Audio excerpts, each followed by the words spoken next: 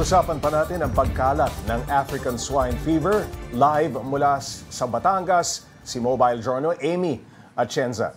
Amy, may mga pinuntahan kang farm dyan. Ano ba ang nakita nilang sintomas ng ASF sa mga alaga nilang baboy?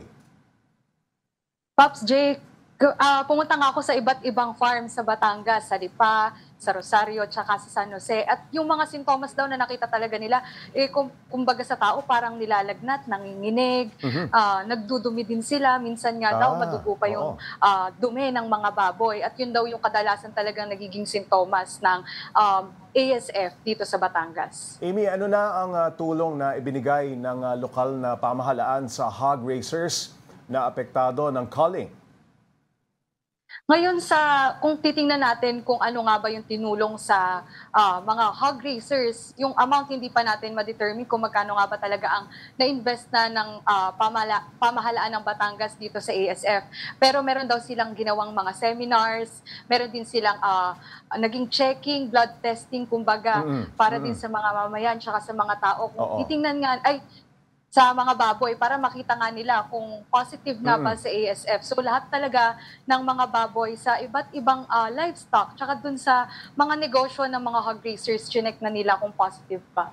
Kapag ang isang farm, Amy, ay may naitalang kaso ng ASF, automatic kung culling na ba? Gaano katagal bago sila ulit pwedeng mag-alaga ng baboy?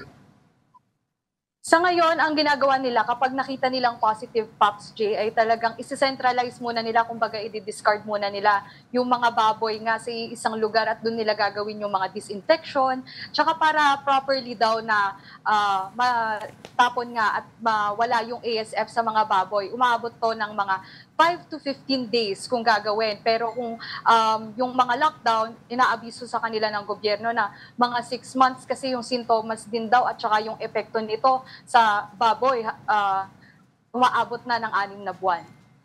Yung video na ipinapakita mo na yan, Amy, talagang walang namimili, At mukhang akalug-alog yung mga vendors natin. Yung mga meat vendors sa palengke, humihiling na bawasan yung singil sa mayor's permit. Magkano ba yan at may sagot na ba ang LGU?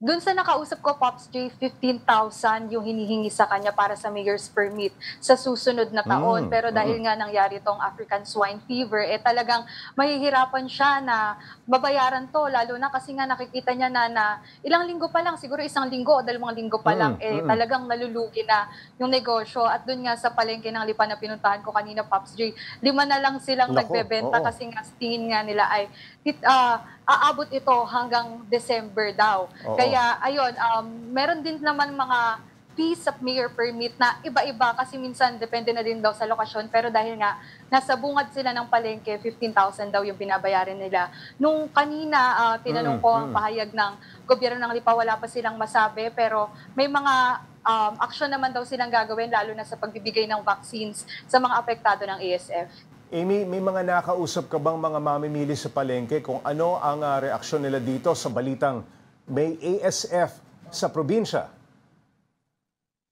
Oo, Pops J, talagang meron pa rin naman talagang namimili ng mga pork o baboy sa mga palengke. Pero nga, sabi nila, hindi na ganoon kadalas kasi nga natatakot din sila kahit sinabi naman nga ni Agriculture Secretary Kiko Chu Laurel Jr. na safe naman daw ang mga kakainin nating baboy. Talagang nag-iingat pa rin talaga ang mga residente ng Batangas tungkol dito.